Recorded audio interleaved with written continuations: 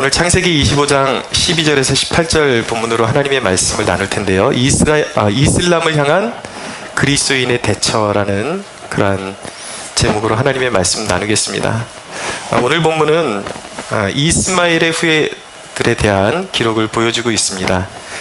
이스마엘이 어떤 인물인지 잠시 좀 정리해드리면, 이스마엘은 아브라함이 약속을 기다리지 못해서 애굽 여종인 하갈을 통해서 낳은 아들입니다. 그는 육신의 방법으로 낳은 아들로서 영적으로는 불신자를 상징하는 그러한 사람입니다. 창세기 16장 12절에 보면은 그는 하나님의 백성들과 대적해서 살 것이라고 그렇게 예언이 되어 있습니다.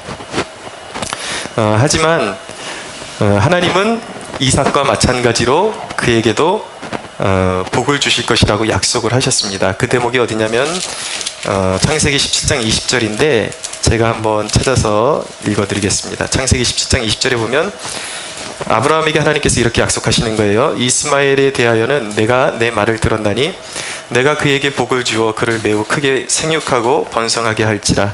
그가 12두령을 낳으리니 내가 그를 큰 나라가 되게 하려니와. 하나님께서 아브라함에게 너의 그 아들 이스마엘에게도 그의 자손들이 번창하고 그에게서 12두령, 12지도자가 나올 것이다, 그렇게 약속을 하셨어요.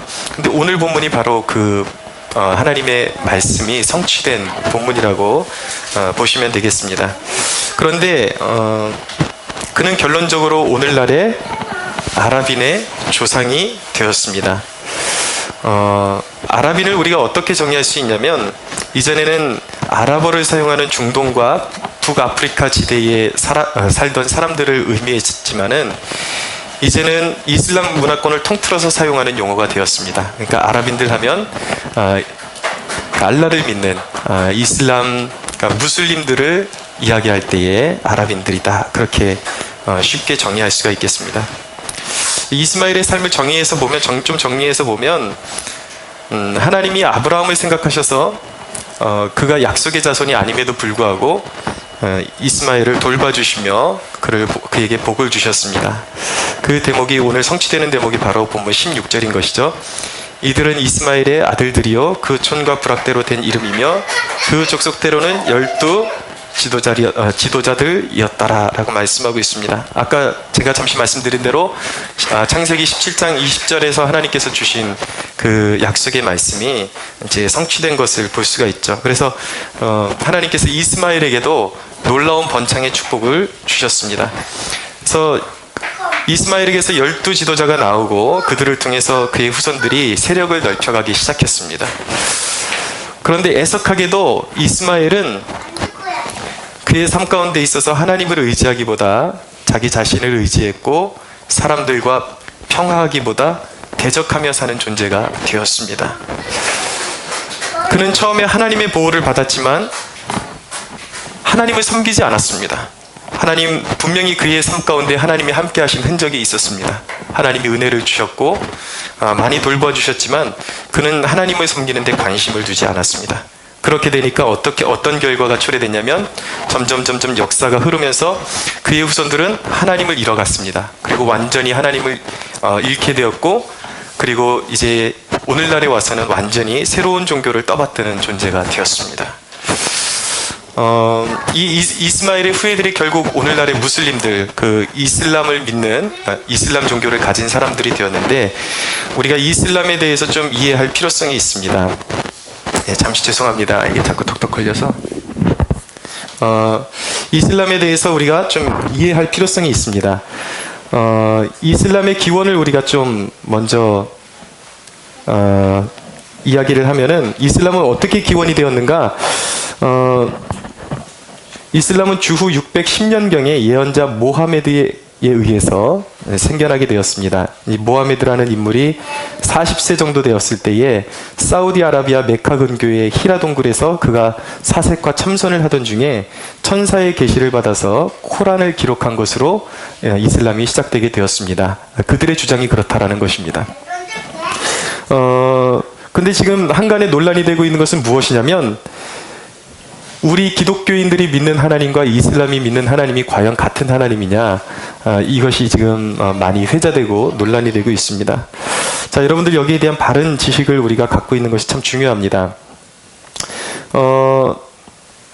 논란이 된 계기는 무엇이냐면 우리나라 기독교의 대표적인 출판사 중에 IVP라는 그러한 출판사가 있는데 거기서 미로슬라브 볼프라는 그런 어떤 학자에 의해서 알라라는 제목의 책이 지금 나오게 되었습니다. 근데 그 책에서 주장하는 것이 무엇이냐면 우리 기독교인이 믿는 하나님과 그리고 이슬람이 믿는 그 알라가 같은 존재다라고 그렇게 주장하는 데서 논란이 되기 시작했죠. 그러나 결론부터 말씀드리면 여러분 성경의 그 이스마엘이 하나님의 은총을 받은 적이 있기 때문에 같은 하나님이라고 우리가 오해할 수 있지만 그 이스마엘이 하나님을 섬기지 않았기 때문에 그 신앙의 줄기는 끊어진 것이고 그 이후에 그들이 믿는 알라라는 존재는 우리가 믿는 하나님과는 전혀 다른 존재가 된 것입니다. 그러니까 결론적으로 말씀드리면 우리가 믿는 하나님과 그 이슬람이 믿는 알라라는 존재는 전혀 다른 대상이에요. 영국 웨일즈 대학교 이슬람 학부 철학 박사를 지내고 또 GMS 파송 선교사로 이집트에서 사역을 한 유해석 선교사님이 계신데 이분은 이슬람의 전문가입니다. 실제 그 모슬림들을 대상으로 해서 전도를 했던 분이고요. 선교를 했던 분이고 이 유해석 선교사님이 이슬람의 알라는 우리 하나님과 완전히 다른 대상임을 강조합니다. 이분이 이제 몇 가지로 정리해서 우리가 믿는 하나님과 그리고 이슬람의 알라가 어떤 부분이 다른지 그 부분에 대해서 이제 간략하게 좀 설명을 해 놓았는데 알라라는 신은 어디서 차용된 것이냐면은 우리의 하나님과 전혀 다르게 그들의 창시자 모함메드가 속했던 꾸라이시 부족의 신 이름이었다고 합니다. 그 부족에서 섬기는 신 이름을 따온 것이죠. 근데 사람들이 오해를 하게 된 이유는 무엇이냐면 그들의 코란의 내용에 아브라함도 나오고 아주 익숙한 그런 우리 믿음의 선조들의 이름이 나오고 그리고 심지어는 예수님의 이름까지 나오기 때문에 그것이 동일한 하나님이 아닐까라는 그런 오해를 불러일으키지만 그것은 아주 후대에 와서 아까도 말씀드렸지만 이슬람이 시작된 것은 얼마 되지 않았습니다. 주후 610년경에 새롭게 시작된 종교이기 때문에 그 모함멧이 코란을 정리하면서 유대교의 그런 구약 성경에 있는 내용들을 많이 채용을 했기 때문에 또 기독교에 있는 내용들을 많이 채용을 했기 때문에 코란에 이렇게 뭔가 겹쳐지는 듯한 친근한 그 이름들이 나오는 것뿐이지 전혀 우리가 믿는 성서의 내용과는 그들이 믿는 내용은 다르다라는 것입니다. 그리고 그들은 결정적으로 삼위일체 하나님을 부정합니다. 우리 기독교인들이 믿는 하나님은 삼위일체 하나님이시거든요. 성부, 성자, 성령 하나님으로서 존재하시는데 그들은 삼위일체를 인정하지 않습니다. 그리고 결정적으로 그리스도를 부정합니다. 예수님이라는 존재를 부정하고 예수님이 그들의 코란의 경전에 나타나긴 하지만 피조물의 그냥 예언자의 한 사람에 불과한 것이고 심지어는 나중에 이제 알라가 심판할 때 예수 그리스도까지도 심판의 대상이 된다라고 보는 사람들이 바로 이슬람을 믿는 사람들입니다. 그리고 그들은 결정적으로 믿음으로 구원에 이른다고 보는 사람들이 아니라 자신들의 나름대로의 율법을 지켜서 행함으로 구원에 이른다고 그렇게 믿는 사람들이죠. 그러니까 정확히 말씀드리면 그들이 믿는 알라와 또 알라를 해석하면 하나님이라는 뜻이 나오기 때문에 같은 뿌리구나 라고 생각할 수 있는데 전혀 다르다라는 것을 우리가 꼭 기억하고 있어야 하는 것입니다. 자, 그런데 우리가 이슬람을 경계해야 하는 이유에 대해서 좀 말씀드리고 싶습니다. 왜 이 말씀을 드리냐면은 지금 이슬람의 그 세력 확장이 그 어느 때보다도 거세지고 있습니다. 테러를 통해서 심지어는 이제 경제적인 그러한 협력을 통해서 전 세계에 이렇게 들어가고 있고 결혼을 통해서 전 세계의 이 이슬람 세력들이 들어가면서 다방면으로 자신들의 세력을 퍼뜨리면서 포교 활동을 그렇게 하고 있습니다. 우리나라에도 지금 급진적으로 굉장히 이슬람 세력들이 계속해서 지금 몰려 들어오고 있습니다. 들어오고 있는데 그들의 그런 사업의 목적 그리고 그들의 결혼의 목적 이 모든 것이 하나로 지향하고 있다는 것이죠. 그래서 그들의 궁극적인 목적은 온 세계를 이슬람화 시키는 것에 있다라는 것입니다. 그래서 얼마 전에 전남에도 이제 할랄 문화단지 뭐 이렇게 그들의 음식을 만드는 그런 단지가 형성되면서 지금 많은 기독교인들이 우려를 하고 있습니다. 왜 그런 배경 가운데 있기 때문에 우리가 이 이슬람 이라는 존재를 좀 경계를 해야 되는데, 각별히 경계해야 되는 몇 가지 이유를 말씀드리면, 첫째는 그들의 극단적인 배타성 때문입니다. 이슬람 그 종파 안에는 대표적으로 두 파가 존재합니다. 하나는 시아파라는 존재가 있고요. 그 다음에 수니파라는 그런 존재가 있습니다. 크게 두 세력으로 갈라져 있어요. 이 두 개의 차이, 이 파벌의 차이가 무엇인가 간단하게 표현하면 정통성의 싸움입니다.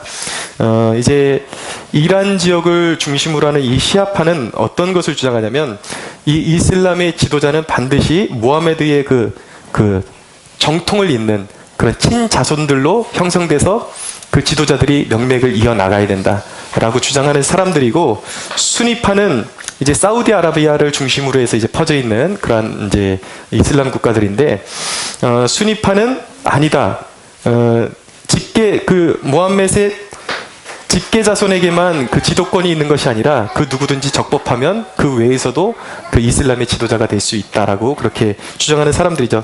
그래서 이 시아파와 수니파의 그 갈등이 자신들의 그 이슬람 세력 안에서도 너무 강하기 때문에 지금 얼마 전에도 이제 수니파 세력이 시아파 세력의 그런 집거지를 또 폭탄 테러하고 이런 자기네들끼리 서로 죽고 죽이는 그러한 일들이 멈추지 않고 있습니다.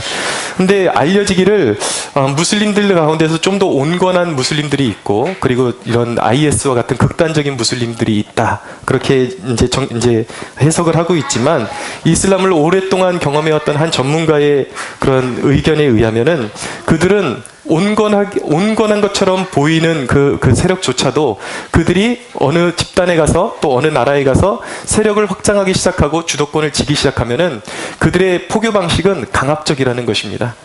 기독교와 그 이슬람의 궁극적인 차이는 무엇이냐면, 기독교는 우리도 강권하죠. 어떻게 보면 우리 기독교도 배타성인 것입니다. 배타성이 있는 것입니다. 오직 예수님을 믿어야 구원에 이른다고 그렇게 우리도 믿고 있죠. 그러나 우리는 철저히 영혼을 사랑하는 마음으로 강권하고 끝까지 포기하지 않고 기도하면서 그 사람이 자발적으로 받아들여서 영혼이 거듭나게끔 이끌어주는 것이 기독교의 전도 전략이라면, 이슬람은 애초부터 번창할 때 칼로 정복하는 것입니다. 칼로 포교하는 것입니다. 그러니까 그들이 힘으로 어떤 민족을 점령하고 이슬람을 믿지 않으면 죽이겠다라는 방식으로 그들의 포교 전략은 그런 것이라는 것이죠. 그렇기 때문에 그들이 온건한 것처럼 보이는 부류가 있다고 해서 우리가 안심할 수 없다라는 것입니다. 이미 우리나라에 많은 영향을 끼치기 시작했고, 거기에 대해서 우리 그리스도인들이 각별히 깨어서 경계해야 한다라는 것이죠.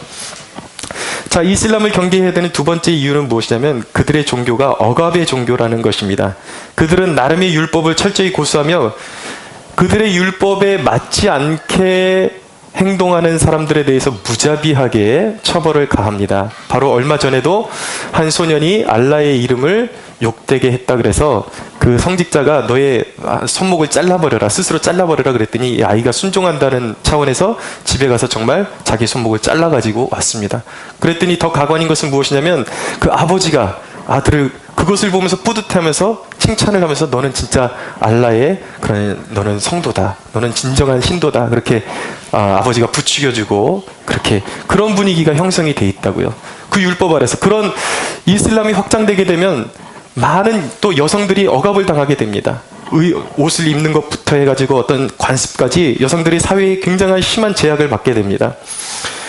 이슬람에 대해서 잘 모르고 그들이 이제 그 석유 매장량이 엄청나지 않습니까? 그 중동 지역에. 그러니까 이제 이제 이 사람들이 굉장히 부유하기 때문에 그 돈을 보고 우리나라에서도 지금 이슬람으로 자꾸 이렇게 이슬람에 속한 그러한 사람들을 만나가지고 결혼해가지고 건너가는 경우들이 있다 그러는데, 그 이슬람 민족과 결혼해서 그 중동으로 건너간 사람들의 그 여자들의 그 삶이 너무나도 비참하다고 합니다.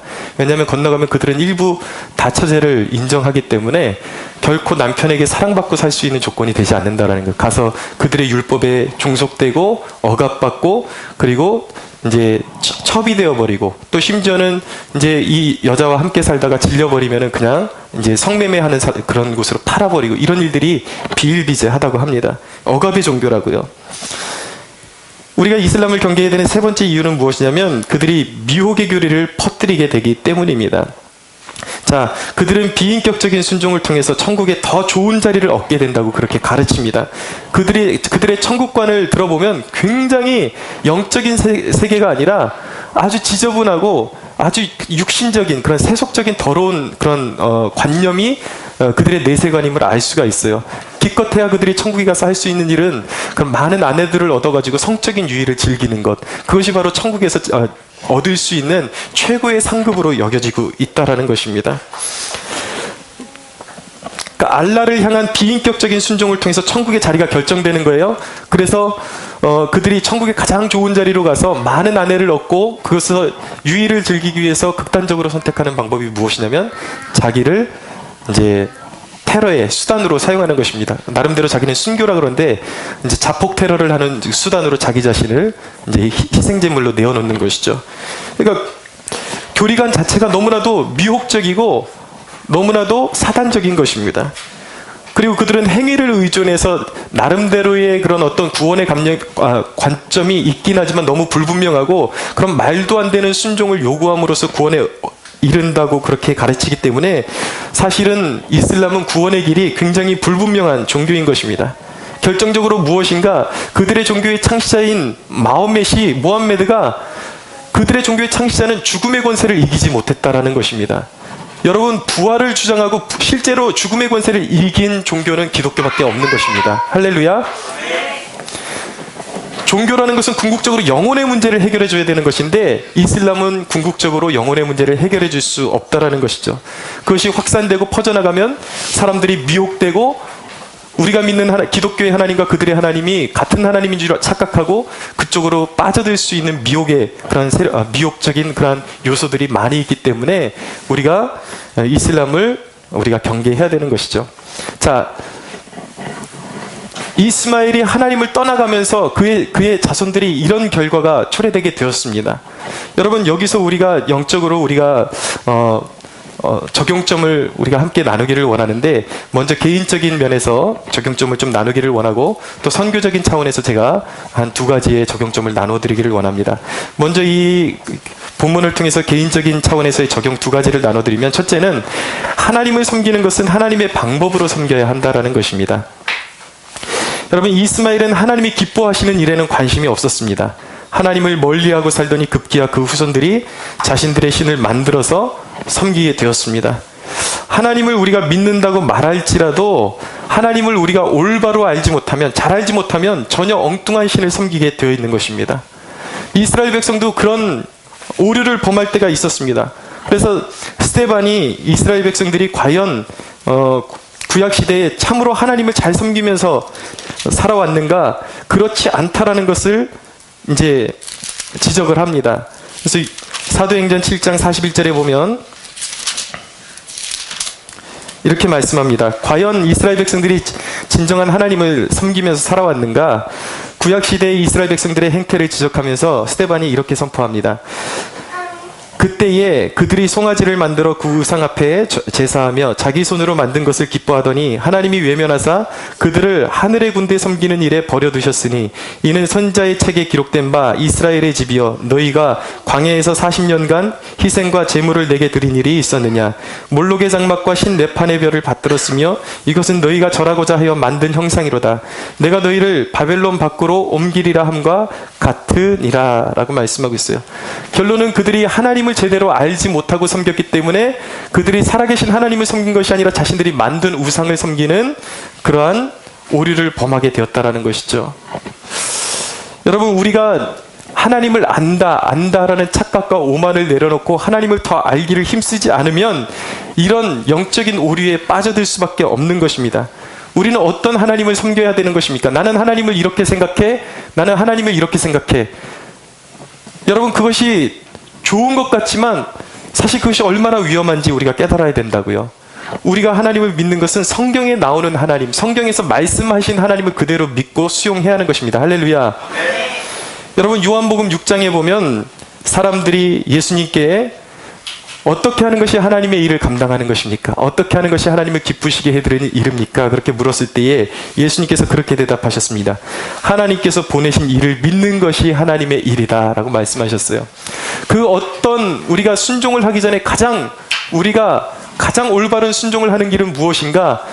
어떤 선행을 하는 것이 먼저가 아니라 예수 그리스도를 구주로, 하나님께서 인정하신 메시아이신 예수 그리스도를 구주로 인정하고 그분 앞에 복종하고 우리의 삶을 내어드리는 것이야말로 진정으로 하나님께서 원하시는 순종이라는 것입니다. 거기서부터 출발해야 되는 것입니다. 하나님이 원하시는 대로 믿어야 된다고요. 하나님을 알고 믿어야 된다고요. 그런데 여러분, 사람들은 모순 덩어리입니다. 많은 사람들이 얼마나 모순적인, 왜 하나님을 섬기지 않습니까? 그렇게 물어보면 하나님을 섬기지 않는 것이 죄라고 하면 사람들은 인정하지 않습니다. 왜 하나님을 섬기지 않는 것이 죄냐는 거예요. 그건 내 마음 아니냐, 내 자율 아니냐, 그러는 것이죠. 그러나 여러분, 하나님 아버지를 섬기지 않는 것이 얼마나 큰 죄인지, 여러분, 그 사람들이 하나님을 섬기지 않는 것이 죄가 아니라고 말하는 사람들이 스스로 모순에 빠져 있는 것을 어떻게 할 수 있냐면, 그들은 자신들의 육체의 부모를 섬기지 않는 사람들에 대해서 아주 천륜을 어긴 자들로 그렇게 치부를 합니다. 어떻게 그럴 수가 있냐? 죄 중에 가장 큰 죄라는 것이죠. 그것은 알면서 하나님 아버지를 섬기지 않는 것이 얼마나 큰 죄인지 그들은 인정하지 않는다라는 것입니다. 여러분, 하나님을 알기를 원해야 되고 하나님이 원하시는 대로 섬겨야 하는 것입니다. 우리는 하나님의 피조물이기 때문입니다. 할렐루야. 사람들은 말합니다. 하나님을 증명할 만한 것이 있으면 믿겠다. 나는 과학은 신봉하지만 성경은 신봉하지 않는다. 왜냐하면 과학은 모든 것이 증거가 있다. 그러나 성경은 증거가 없기 때문에 믿지 않는다라고 말합니다. 근데 여러분, 무신론자 중에 대표적인 인물이, 유명한 인물 중에 한 사람이 누구냐면 리처드 도킨슨이라는 사람인데, 이 사람이 뭐라 그랬냐면 증거에서 믿음이 나오지 믿음에서 증거가 나오지 않는다라고 그렇게 이야기해요. 그러니까 증거가 있어야지. 왜 하나님을 섬기지 않는가?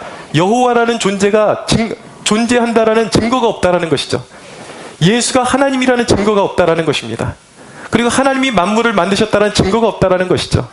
그래서 이 도킨슨에게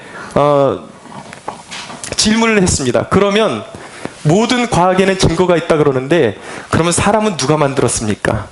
그러면 이 우주는 누가 만들었습니까? 물어봤더니 철저하게 이성과 인본주의로 무장한 이 사람이 하는 대답이 무엇이냐면 우연히 만들어졌습니다. 증거가 없습니다. 여러분, 아이러니하지 않습니까? 증거가 있어야지만 믿는다고 했던 사람이 결론적으로 끝에 와서 당신은 누가 만들었습니까? 어디서 왔습니까? 우주는 누가 만들었습니까? 물었더니 대답을 못하는 거예요. 우연히 만들어졌습니다가 과학을 신봉하는 사람들의 대답이라는 것입니다.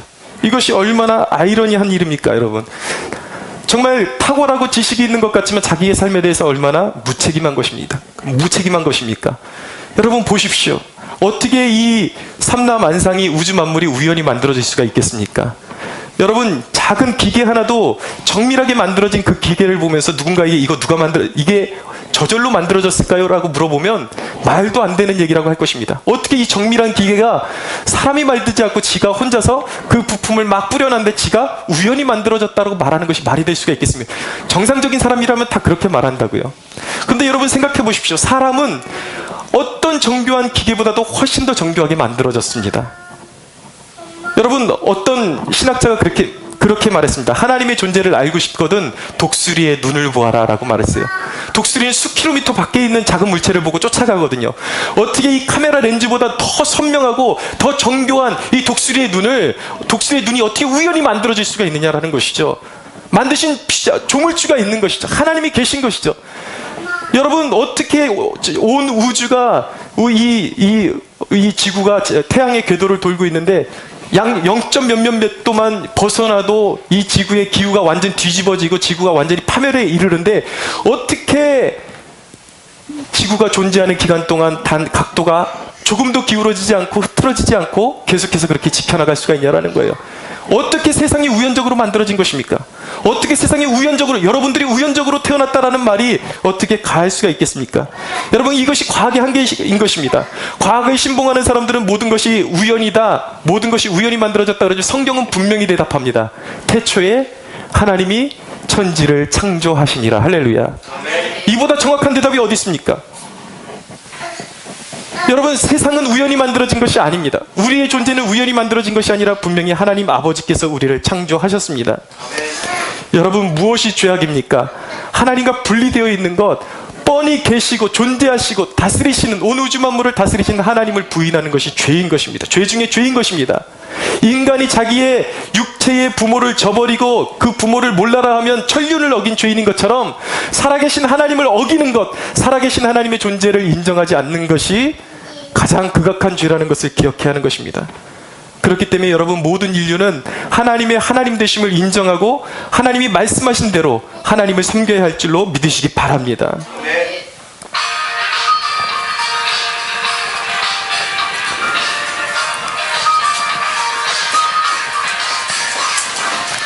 네, 개인적인 차원에서 두 번째 적용점은 무엇이냐면, 이스마엘의 축복이 아닌 이삭의 축복을 사모해야 한다는 것입니다. 여러분, 이스마엘의 축복이 하나님이 허락하셨다는 이 대목을 통해서 우리가 배우게 되는 것은 무엇입니까? 하나님께서는 믿는 자나 믿지 않는 자나 그들의 생사화복을 주관하시는 분이 바로 우리가 믿는 하나님이시라는 것이죠. 하나님은 해를 선인과 악인에게 비추어 주십니다. 하나님은 믿지 않는 자들에게도 긍휼을 베푸시는 하나님이십니다. 모든 호흡이 하나님께 달려있는 것입니다. 여러분, 세상 사람들이 잘나서 부를 누리는 것 같고 자손의 축복을 누리는 것 같고 장수도 누리는 것 같지만 그 모든 것을 허락하시는 다른 세력이 있는 것이 아니에요. 우리가 믿는 하나님이 그들도 불쌍히 여기사 그들에게 동일한 축복을 주시는 것이죠. 분명한 것은 여러분, 부도 하나의 축복이 맞습니다. 자손도 축복임이 맞습니다. 장수도 축복임이 분명해요. 그러나 여러분, 우리가 기억해야 하는 것은 무엇이냐면, 여러분, 이 이스마엘이 누렸던 이 육신적인 축복은 일시적이라는 것입니다. 이스마엘의 불행이 무엇입니까? 이스마엘의 불행은 그들의 그 축복이 한시적인 축복에 머무르고 있다는 것입니다. 영원으로 이어지지 못하고 있다는 거예요. 여러분, 진정한 복 중의 복이 무엇입니까? 하나님을 통해서, 예수 그리스도를 통해서 영생을 소유하고 하나님과 함께 영원히 동행하며 영원한 축복을 누리는 것이 진정한 축복임을 믿어야 하는 것입니다. 시편 107편 9절에 보면 이렇게 말씀합니다. 그가 사모하는 영혼에게 만족을 주시며 줄인 영혼에게 좋은 것으로 채워주심이로다. 여러분, 예수 그리스도 안에서 하나님은 오직 예수 그리스도 안에서만 세상이 누릴 수 없고 세상이 경험할 수 없는 참된 좋은 것들을 그리스도 안에서 하나님께서 믿는 자들에게 허락하신다는 사실을 꼭 기억하셔야만 하는 것입니다. 눈에 보이는 축복이 진정한 축복이 아니라 영적인 축복이 진정한 축복인 것입니다. 영원토록 주님과 동행하며 멸망하지 않는 것, 영원한 유업을 천국에서 누리며 주와 함께 동행하는 것, 그것이 바로 진정한 축복임을 믿어야 하는 것입니다.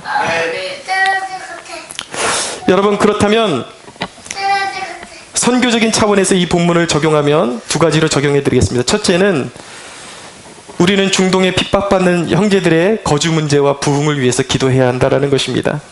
하나님은 우리 시대에 두 가지를 보실 것입니다. 그것은 무엇이냐면, 저 중동 땅에서 핍박 중에 있는 자들의 그 핍박 중에 견디는 그들의 믿음을 보기를 원하십니다. 우리는 다 이해할 수 없지만 하나님께서는 그 핍박 중에 그들이 믿음을 지키기를 원하세요. 그러나 한 가지 더 보기를 원하시는 것은 무엇이냐면, 우리가 오늘날 그들과 전혀 관계없는 것 같은 삶을 살고 있는, 먼 나라에 살고 있는 우리가 그 고통받는 형제들의 고통의 기도로 동참하는지를 보고 계십니다. 그것을 테스트하고 계십니다. 우리가 이 일을 잘 수행하지 못하면 하나님께 분명히 큰 책망을 받게 될 것입니다. 마태복음 25장의 말씀을 좀 읽어드리기를 원하는데, 마태복음 25장에는 이런 말씀이 있습니다. 25장 41절에서 46절까지 읽어드립니다. 또 왼편에 있는 자들에게 이르시되, 저주를 받은 자들아, 나를 떠나 마귀와 그 사자들을 위하여 예비된 영원한 불에 들어가라. 내가 줄일 때에 너희가 먹을 것을 주지 아니하였고 목마를 때에 마시게 하지 아니하였고 나그네 되었을 때 영접하지 아니하였고 헐벗었을 때 옷 입히지 아니하였고 병들었을 때와 옥에 갇혔을 때 돌보지 아니하였느니라 하시니 그들도 대답하여 이르되 주여 우리가 어느 때에 주께서 줄이신 것이나 목마르신 것이나 나그네 되신 것이나 헐벗으신 것이나 병드신 것이나 옥에 갇히신 것을 보고 공양하지 아니하더이까. 이에 임금이 대답하여 이르시되 내가 진실로 너희에게 이르노니 이 지극히 작은 자 하나에게 하지 아니한 것이 곧 내게 하지 아니한 것이니라 하시니 그들은 영벌에 의인들은 영생에 들어가리라 하시니라 라고 말씀하고 있습니다. 여러분, 우리가 이 예수님께서 말씀하신 악인들이 우리가 되지 않게 되기를 원합니다. 여러분, 우리는 세계 가운데 우리와 전혀 관련이 없는 것 같아 보이지만 여러분, 교회라는 것은 우리 캠퍼스 성막교회 안에 있는 성도들만이 우리 교회의 교인이 아닌 것입니다. 온 우주적으로, 온 세계적으로 예수 그리스도를 구주로 모시고 살아가는 모든 사람들이 바로 우리의 형제와 자매들인 것입니다. 믿으십니까? 하나님께서 우리에게 원하시는 것은 그들의 고난에 우리가 함께 동참하기를 원하시는 거예요. 우리가 당장 그곳에 가서 실질적으로 그들을 도울 수 있는 일은 없다 손치더라도, 지금 당장에 없는 것처럼 보인다 할지라도 우리가 할 수 있는 일이 전혀 없는 것은 아닙니다. 하나님은 우리가 그들을 위해서 눈물로써 기도하기를 원하십니다. 그 사명을 우리가 받들어야 하는 것입니다. 여러분, 우리는 이라크의 소수 기독교 부락이 박해받는다는 소식을 듣습니다. 우리는 무엇을 위해 기도해야 되는가? 그들이 자신들의 삶의 터전을 잃어버리고 세계로 흩어지고 있다고요. 우리는 그들의 거주 문제를 위해서 기도해야 하는 것입니다. 그들이 터전을 잡고 기독교 부락이, 기독교 공동체가 와해되지 않고 그들이 자유롭게 주님을 섬길 수 있는 그러한 땅을 허락해 주십시오. 그리고 그들의 생활의 문제를 허락해 주십시오. 우리는 끊임없이 그 일을 위해서 눈물로써 기도해야 하는 것입니다. 또 한 가지는 기독교 매체를 통해서 들어오는 소식이 무엇이냐면, 너무나도 감사한 소식 중에 하나는 가장 이슬람의 그 장벽이 두터운 그러한 이슬람의 중심지에서 우리의 잃어버린 형제 이스마엘이, 영적인 이스마엘이 지금 하나님의 놀라운 신비적인 능력으로 그들이 주께로 돌아오는 역사들이 계속 일어나고 있다라는 거예요. 박해 중에도 오히려 수치를 따져봤을 때는 오히려 이런 수치로 가면 몇 년 안에 시리아와 이라크 지역에, 중동 지역에 있는 그리스도인들이 이제 완전히 이제 자취를 감출 것이다라는 그러한 이제 추산이 나오는데, 아이러니하게도 실제로 오픈해 보니까 박해 중에 오히려 사람들이 더 믿음을 굳건하게 지키고 있고, 하나님께서 때로는 신비한 능력으로 꿈과 환상 가운데 특별히 그 이슬람의 메카가 사우디아라비아입니다. 그때 출발점이 사우디아라비아라고요. 사우디아라비아를 비롯해서 그 이슬람이 중추적으로 자리 잡고 있는 그러한 민족들 가운데 하나님의 신비한 능력으로 지금 잃어버린 형제 이스마엘들이 주께로 돌아오는 역사들이 계속해서 일어나고 있다라는 거예요. 할렐루야. 여러분, 하나님께서 우리가 직접 할 수 없는 일들을 우리의 기도를 통해서 하나님이 하실 수 있다라는 것을 믿어야 하는 것입니다. 우리는 끊임없이 우리의 잃어버린 형제 이스마엘, 중동 땅에 있는 수많은 무슬림들이 주님을 만나고 주께로 돌아올 수 있도록 우리는 중보의 손을 내리지 말아야 하는 것입니다. 할렐루야. 또 한 가지 적용점은 무엇이냐면, 우리가 잃어버린 형제, 우리 가까이에 있는 이 이스마엘들을 인도하는 일에도 최선을 다해야 한다는 것입니다. 여러분, 우린 주님과 멀어져서 영적 유업을 잃어버린 모든 영적 이스마엘을 기억해야 합니다. 영적으로 이스마엘은 우리가 저 중동 땅에 있는 무슬림들을 일컬을 수도 있겠지만, 영적인 의미에서 오늘날에 예수님께서 이 땅에 오신 지금 이 시점에서 우리에게 영적인 이스마엘은 누구인가? 바로 우리 가까이에는 믿지 않는 모든 불신자들이 영적인 이스마엘에 속해 있는 것입니다. 근데 여러분, 주님께서 우리 믿는 자들에게 주신 가장 큰 대사명이 무엇입니까? 무엇인지 아십니까? 그것은 마태복음 28장 18절에서 20절에 있는 말씀입니다. 예수께서 나와 말씀하여 이르시되 하늘과 땅에 있는 모든 권세를 내게 주셨으니 그러므로 너희는 가서 모든 민족을 제자로 삼아 아버지와 아들과 성령의 이름으로 세례를 베풀고 내가 너희에게 가르친 모든 것을 가르쳐 지키게 하라. 할렐루야. 이것이 대위임령인 것입니다. 우리 모두에게 우리가 살아가는 이유, 우리가 존재하는 이유, 그리스도인이 이 땅에 존재하는 이유는 이 사명을 받들기 위해서 존재하는 것입니다. 우리 모두는 선교적 사명을 받고 부여받은 하나님의 선교사라는 사실을 잊지 마시기 바랍니다. 꼭 외국에 나가야만 선교사가 아닌 거예요. 우리 모두에게 선교의 사명이 주어진 것입니다. 이사야서 49장 6절은 이렇게 말씀합니다. 내가 또 너를 이방의 빛으로 삼아 나의 구원을 베풀어서 땅끝까지 이르게 하리라. 우리 모두에게 이방의 빛이 되기를 원하시는 아버지의 마음, 아버지께서 그 사명을 우리에게 주셨다라는 것입니다. 이사야서 60장 1절에 보면 일어나 빛을 발하라. 이는 내 빛이 이르렀고 여호와의 영광이 내 위에 임하였느니라. 영적으로 어두움 가운데서 살아가던 우리에게 빛이 임했습니다. 복음이 임했습니다. 예수를 믿게 되었습니다. 생명이 임했습니다. 할렐루야. 생명을 받은 사람들의 의무는 무엇인가? 빛을 발해야 한다라는 것입니다. 저 어둠과 절망의 땅의 가운데 있는 사람들에게 여러분들의 직장에서, 여러분들의 가정에서 여러분들은 어떤 마인드를 가지고 살아계십니까? 여러분들과 매일매일 대화를 나누는 가족과 그리고 지인들과 여러분들에게 붙여주신 사람들이 알고 보면 영적인 이스마엘이라는 것을 깨닫고 계십니까? 사랑하는 여러분, 시간이 흘러가고 있습니다. 한 세대가 지나가고 있습니다. 제 인생도 지금 지나가고 있습니다. 여러분들의 인생도 지나가고 있어요. 세월은 정광석화 같이 지나갑니다. 며칠 전에 왔던 제 제자가 제가 지도했을 때 26살이었는데 눈 깜짝할 사이에 와서 너 몇 살이냐고 물어보니까 31살이 되었더라고요. 이제 아줌마가 되어가고 있습니다. 금방 지나갑니다, 여러분. 우리가 주님 앞에 설 날이 이제 눈앞으로 다가오고 있는데 여러분 무엇을 위해서 살고 계십니까? 주님 앞에 섰을 때 여러분 내가 주님을 위해서 살았다라고 대답할 수 있는 준비가 되었습니까?